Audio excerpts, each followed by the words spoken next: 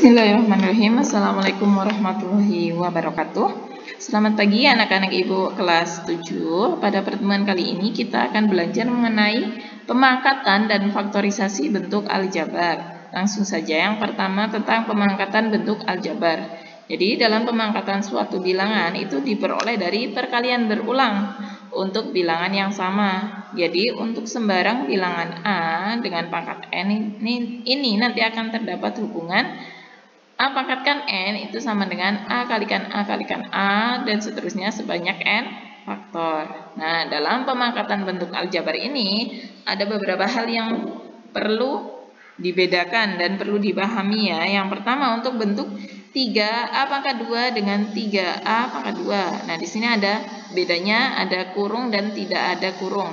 Nah, pada bentuk yang pertama 3A pangkat 2. Nah, di sini karena tidak ada kurung, maka yang dipangkatkan atau yang dikuadratkan itu hanya A-nya.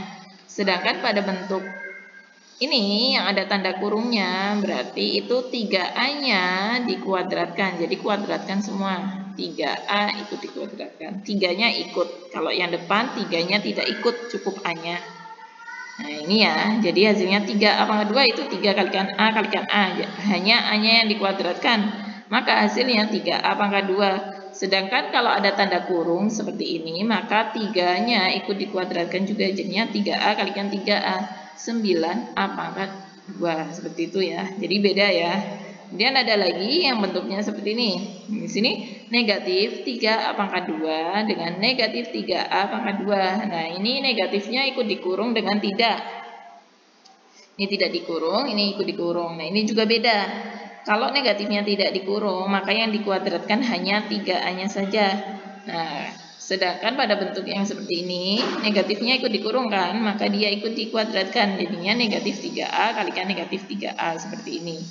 9A pangkat 2 negatif 3 kalikan negatif 3 itu 9, A kalikan A itu A pangkat 2. Nah, kalau bentuknya seperti ini, negatifnya tidak ikut dipangkatkan, maka dihitung belakangan. Jadinya 3A kalikan 3A kan 9A pangkat 2 dikalikan dengan negatif depannya. Hasilnya negatif 9A pangkat 2. Jadi hasilnya pun berbeda ya, hati-hati. Nah, di sini ada contohnya ya, 7A pangkat 2, berarti di sini 7A kalikan 7A, jadinya 7 kalikan 7 itu 49, A kalikan A, jadinya A pangkat 2. Kemudian 9AB pangkat 2 dipangkatkan lagi 2. Nah, jadinya 9AB pangkat 2 dikalikan 9AB pangkat 2. 9 kali 9 itu 81, A kalikan A berarti A pangkat 2, B pangkat 2 dikalikan B pangkat 2, hasilnya B pangkat 4. Atau bisa dikalikan di sini. A di sini berarti A pangkat 1. 1 kalikan 2 jadinya 2. A pangkat 2. B-nya udah pangkat 2 dipangkatkan lagi. Jadinya B sini 2 kalikan 2 4. B pangkat 4. Nah, untuk yang C dan D tadi ya negatifnya ikut dikurung dan ini ikut dikurung, ini tidak dikurung. Nah, yang tidak dikurung berarti dia taruh luar, tidak ikut dipangkatkan. Jadinya 11 M pangkat 3 kalikan 11 M pangkat 3 jadinya 121 M pangkat 6. Kemudian negatifnya dikalikan ya, jadinya negatif 121 M pangkat 6. Nah, beda untuk yang D, karena negatifnya ikut dikurung maka dia dikalikan. Negatif 15 kalikan negatif 15 berarti dia positif 225. M pangkat 4 kalikan M pangkat 4 hasilnya M pangkat 8. N pangkat 3 dikalikan N pangkat 3 yaitu N pangkat 9, seperti itu. Nah, ini sini sama ya, karena di sini pangkat 4 maka dia ada 4 kali perhitungan perkalian. Nah, di sini negatif 5 kalikan negatif 5 kalikan negatif 5 kalikan negatif 5 hasilnya positif 625. Hanya bilangan negatif jika dipangkatkan dengan bilangan positif nanti hasilnya dia akan positif, tapi bilangan positif. Bilangan negatif jika dipangkatkan dengan bilangan genap, ini kan 4 itu angka genap, maka hasilnya itu akan positif. Tapi kalau pangkatnya itu bilangan ganjil, angka ganjil, maka hasilnya juga negatif. Ini kan negatif kalikan negatif, positif kalikan negatif, kembali negatif kalikan negatif lagi, kembali positif, seperti itu. Jadi di sini pengkuadratan suku 2. Nah, Pengkuadran suku 2 itu secara umum ditulis dalam bentuk AB pangkat 2 dan A min B pangkat 2. Sini ya rumus umumnya. Di mana A plus B pangkat 2 itu rumusnya jadi A pangkat 2 plus 2AB plus B pangkat 2. Dan A min B pangkat 2 itu menjadi A pangkat 2 min 2AB plus B pangkat 2. Yang membedakan ini, dia positif, negatif. Ini positif, negatif. Ke belakangnya sama.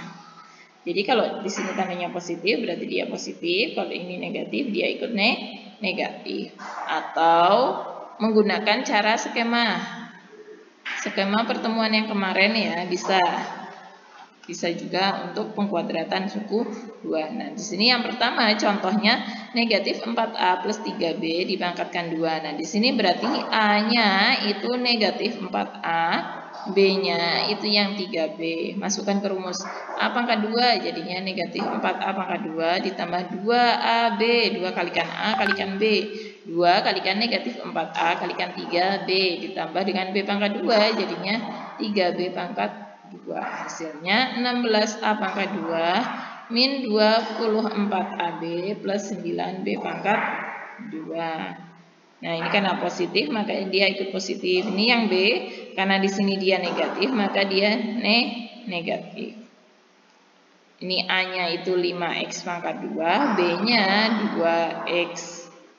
Ya, masukkan A pangkat 2 5X pangkat 2 jadinya 5 kalikan 5 itu 25, X pangkat 2 kalikan X pangkat 2, X pangkat 4. Kemudian 2 kalikan 5 kalikan 2 itu 20, jangan lupa ini negatif 20. X pangkat 2 kalikan X jadinya X pangkat 3. Dan yang terakhir 2X pangkat 2 itu 4X pangkat 2 seperti itu. Kalau kalian bingung pakai rumus ini boleh pakai skema ya. Selanjutnya di sini ada faktorisasi dengan hukum distributif. Kita udah masuk ke faktorisasi bentuk aljabar ya. Yang pertama yaitu tentang faktorisasi dengan hukum distributif. Nah, faktorisasi atau pemfaktoran itu adalah menyatakan bentuk penjumlahan suku-suku menjadi bentuk perkalian faktor-faktor. Nah, bentuk penjumlahan suku-suku pada bentuk aljabar yang memiliki faktor yang sama atau faktor persekutuan itu dapat difaktorkan dengan menggunakan hukum distributif. Nah, di sini berarti nanti kita ada faktor yang diambil. Nah, ada kesamaan ya, ada faktor yang sama. Nah, di sini AB plus AC. Nah, di sini ada faktor yang sama siapa? A, karena keduanya memiliki A kan? A. Jadi faktornya A. Nah, di sini AB sendiri kan A kalikan B, berarti A-nya udah diambil sisa B. AC sendiri kan A kalikan C, A-nya udah diambil tinggal C. Jadinya A kalikan B plus C seperti itu. Nah, di sini untuk contohnya ya. Yang pertama, nah di sini diminta difaktorkan ke dalam bentuk aljabar menggunakan hukum distributif ya. Yang pertama 4A dan 8. Nah, di sini faktornya siapa? Nah, faktor yang diambil di sini itu faktor persekutuan terbesar ya. Antara 4 dan 8 berarti siapa faktornya? 4. Kemudian kenapa A-nya nggak ikut? Karena di sini 8 tidak punya A. Maka faktornya cukup 4. Nah, jadi 4A plus 8 itu 4A itu 4 dikalikan A, kemudian 8 itu 4 dikalikan 2. Nah, kita keluarkan faktornya. Faktornya itu 4. Ya, sisanya yang di dalam kurung ini. 4 dikalikan A plus 2. Seperti itu. Dan yang B, 9P pangkat 3 dan 15P pangkat 5. Nah, ini faktor persekutuan terbesarnya 9 dan 15 itu 3. Kemudian P pangkat 3 dan P pangkat 5, maka faktor terbesarnya P pangkat 3. Maka 9P pangkat 3 ditambah 15P pangkat 3. Keluarkan dulu faktor persekutuannya. Jadinya 3P pangkat 3 dikalikan dengan 3. Biar hasilnya ini 9P pangkat 3 ya kan. 3 kalikan 3 itu 9, P pangkat 3 mengikuti. Kemudian sini juga keluarkan faktornya 3P pangkat 3, berarti sisanya tinggal 5P pangkat 2. 3 kalikan 5 itu 15. P pangkat 3 kalikan P pangkat 2 itu P pangkat 5. Jadinya keluarkan faktornya 3P pangkat 3 dikalikan dengan ini sisanya 3 plus 5P pangkat 2 seperti itu. Nah, selanjutnya ya, untuk faktorisasi selisih 2 kuadrat.